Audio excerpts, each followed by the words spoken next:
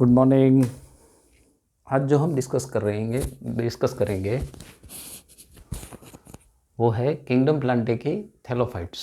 मतलब 3 एल्गी को डिस्कस करेंगे, green algae, brown algae and red algae.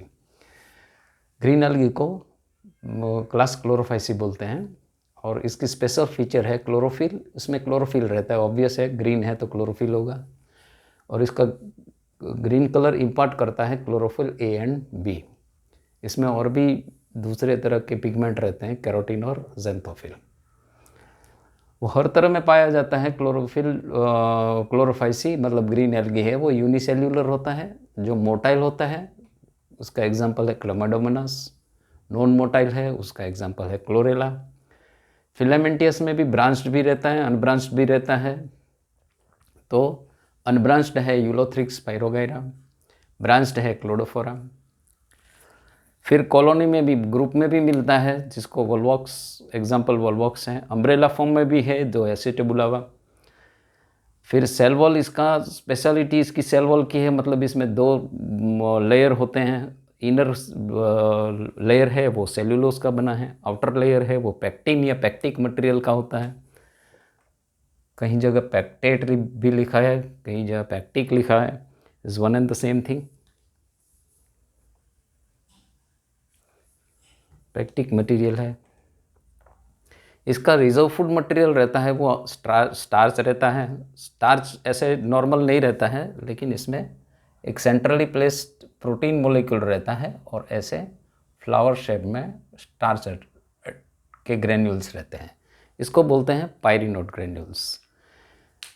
इसके फ्लैजेलेटेड स्ट्रक्चर होते हैं वो, या 1 भी होता है, 2 भी होता है, किसी में 4 भी पाए जाते हैं। ये है ग्रीन एल्गी की बेसिक डिटेल्स। इसको याद रखने के लिए एक छोटा सा ट्रिक बनाया है, ये सारे एग्जांपल याद रखने के लिए। गॉर्डन ग्रीनिज एक बैट्समैन था क्रिकेट का। अगर आपको क्रिकेट में इंटरेस्ट नहीं है तो कोई भी ग्रीन वर्ड यूज़ करके आप इस्तेमाल कर सकते हो।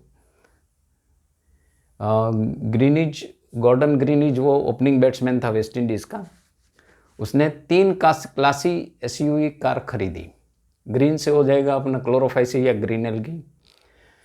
3 क्लासी से, एक तो है क्लेमाइडोमोनास, दूसरा है क्लोरेला, तीसरा है क्लेडोफोरा। एस से हो जाएगा स्पाइरोगाइरा, यू से हो जाएगा यूलोथ्रिक्स, वी से हो जाएगा वोल्वॉक्स और कार से हो जाएगा कारा। तो ये शॉर्ट ट्रिक है। आप चाहे तो अपनी तरह से कुछ शॉर्ट ट्रिक बना लो जिससे ये आराम से याद रह सके। सारे एग्जाम्पल ये ग्रीन एल्गी के हैं। अभी हम देखेंगे, एक एग्जाम्पल देख लेते हैं कि क्लेमाइडोमोनास का एग्जाम्पल देख लेते हैं। वही नॉर्मली यूनिसेल्यूलर रहती हैं, इस नीचे से बड़ी होती हैं, ऊपर से छोटी होती है। इसको एपाइकल रीजन होता है और इसमें एक कप शेप्ड, ऐसे बड़ी वाली कप शेप्ड, ऐसा यू शेप्ड कप होता है, ऐसा उसका क्लोरोप्लास्ट रहता है। और ये क्लोरोप्लास्ट है, इसमें पायरिनोड या स्टार्च ग्रेन्यूल रहता है, स्टार्च वाला, इस तरह का। नॉर्मली क्लेमाइडोमोनास में एक ही पाया जाता है, लेकिन एक से ज़्यादा हो सकते हैं, लेकिन नॉर्मली एक ही पाया जाता है। पॉसिबिलिटी है कि 2-3 ऐसे भी हो सकते हैं, लेकिन मोस्ट ऑफ द टाइम एक ही पाया गया है। उस पर 2 फ्लैजेलेटेड स्ट्रक्चर होते हैं, इक्वल होते हैं। वी प्लस टाइप फ्लैजेला है। वी प्लस माने नीचे से बेस ऐसे थिक होता है, फिर बाद में पतला होता जाता है। इसको विप्लैश बोलते हैं। विप्लैश माने हंटर। वो 2 शीथ में दबे रहते हैं और वो निकलते हैं, उसको बोलते हैं बेसल ग्रेन्यूल्स। कहाँ से निकलते हैं? बेसल ग्रेन्यूल्स के नीचे से। ये 2 उसकी छोटी छोटी कॉन्ट्रैक्टाइल वैक्यूल्स रहती हैं, और कॉन्ट्रैक्टाइल वैक्यूल्स है वो इंटरकनेक्टेड भी रहते हैं और नीचे कनेक्टेड भी रहती है। इसको बोलते हैं राइजोप्लास्ट। तो ये है इसकी फ्लैजेला।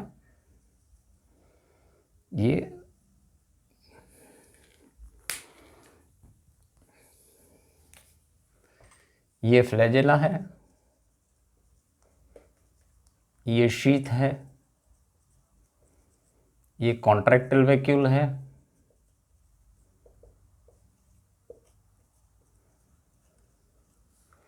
ये इसका कप शेप्ड क्लोरोप्लास्ट रहता है।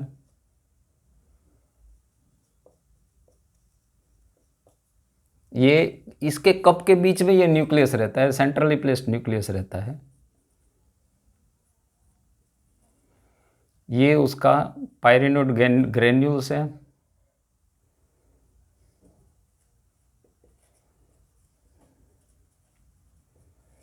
ये इसका राइजोप्लास्ट है।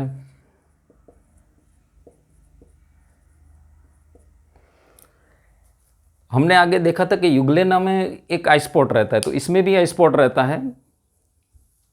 उसमें ये हिस्से को दो पार्ट में डिवाइड कर देता है, मतलब जिसमें क्लोरोप्लास्ट और रहता है, ये आउटर साइटोप्लाज्म रहता है इस तरह से। ये किसी किसी बुक में इसको इंक्लूडिंग फ्लैजेलेटेड स्ट्रक्चर है, इसको न्यूरोमोटर एपरेटस ऐसा भी बोलते हैं। ये वाला हिस्सा जिसके अंदर रहता है इसको न्यूरो मोटर एपरेटस ऐसा भी बोलते हैं। और एक आइस्पॉट, रेड आइस्पॉट रहता है जिसका पिगमेंट होता है carotene for perceiving of light. ये होता है आइस्पॉट।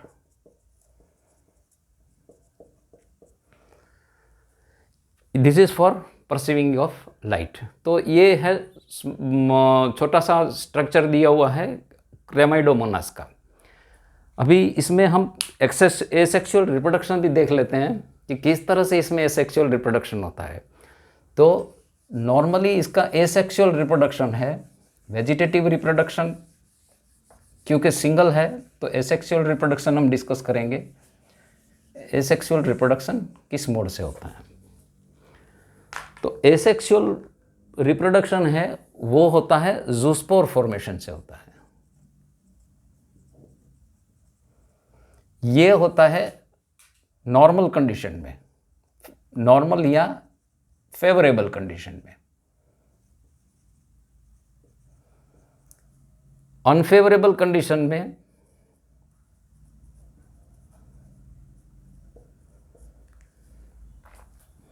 वो तीन तरह के स्ट्रक्चर बनाता है। एक है एप्लेनोस्पोर, दूसरा स्ट्रक्चर है एकेंट या एकाइनिट भी बोलते हैं, तीसरा स्ट्रक्चर है हिप्नोस्पोर, हिप्नोस्पोर्स। तो डिफरेंस क्या है? डिफरेंस इतना ही है कि जूस्पोर जब बनता है तब ये नॉर्मल जो क्लेमाइडोमोनास है ये अपनी फ्लैजेला लॉस कर लेता है, ये अपना कॉन्ट्रैक्टाइल वैक्यूल भी लॉस कर देता है और एक राउंड स्ट्रक्चर में बन जाता है। एक राउंड स्ट्रक्चर में बन जाता है, एक बहुत सी थिन लेयर ऊपर सिक्रीट कर देता है। और अंदर का जो न्यूक्लियस है और साइटोप्लाज्म है वो माइटोटिक डिवीजन से 4 या 8 कभी कभी 16 इस तरह से वो अंदर, माइटोटिक डिवीजन मतलब इक्वेशनल डिवीजन में वो हो जाता है। और जब ये बड़े हो जाते हैं, मैच्योर हो जाते हैं, तब ये टूट के फिर से ये रप्चर हो जाता है और छोटे छोटे क्लेमाइडोमोनास इसमें से निकलते हैं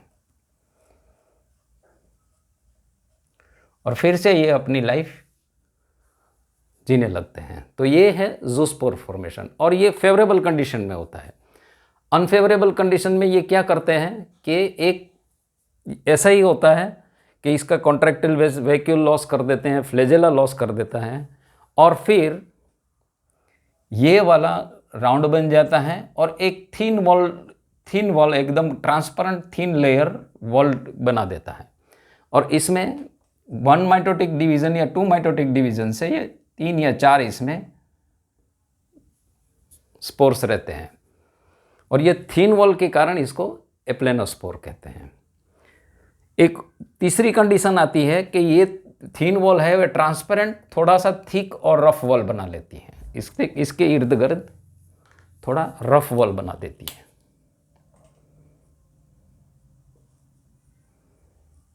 तो इसको बोलते हैं एकेंट। लेकिन अगर यही वॉल रेड कलर की हो तो इसको बोलते हैं हिप्नोस्फोर। और हिप्नोस्फोर,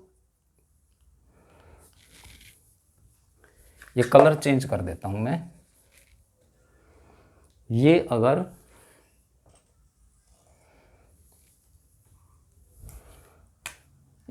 अगर ट्रांसपेरेंट या ट्रांसल्यूसेंट है बट थिक है तो उसको एकाइनेट बोलते हैं। लेकिन अगर यही वॉल और ज़्यादा थिक है, इससे भी ज़्यादा थिक है और कलर रेड है तो इसको हिप्नोस्फोर बोलते हैं।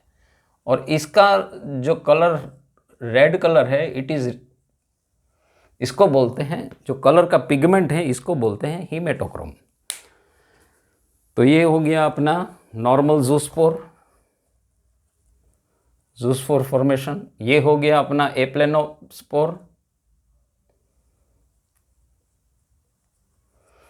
नॉर्मली थिक वॉल करती है, इससे भी ज़्यादा थिक, लेकिन ट्रांसपेरेंट या ट्रांसल्यूसेंट होती हैं तो इसको बोलते हैं एकाइनेट।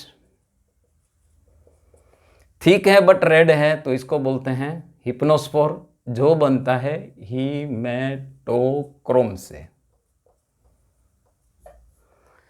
ये हुआ उसका एसेक्सुअल रिप्रोडक्शन। और भी एक पॉसिबिलिटी है इसकी कि ये अगेन अपना फ्लैजेला लूज कर देता है, फिर कॉन्ट्रैक्टाइल वैक्यूल लूज करके वो 1 या 2 या 3 या 4 डिवीज़न कर देता है। मतलब वो 1 डिवीज़न होगा तो 2 होगा, 2 डिवीज़न होगा तो 4 होगा, और अपने आसपास एक म्यूसिलेजस लेयर बना देगा। इसको बोलते हैं पामेला स्टेज। तो पामेला स्टेज भी इसमें कहीं कहीं पाया गया है। तो ये रही अपनी क्लेमाइडोमोनास की एसेक्सुअल लाइफ साइकिल। तो हमने क्लेमाइडोमोनास का स्ट्रक्चर देखा, इसकी एसेक्सुअल मेथड ऑफ रिप्रोडक्शन सारी देख ली। नेक्स्ट वीडियो में हम उसका सेक्सुअल रिप्रोडक्शन देखेंगे। पॉसिबल है तो एक आध और ज़्यादा एग्जाम्पल भी ले लेंगे। Thank you very much.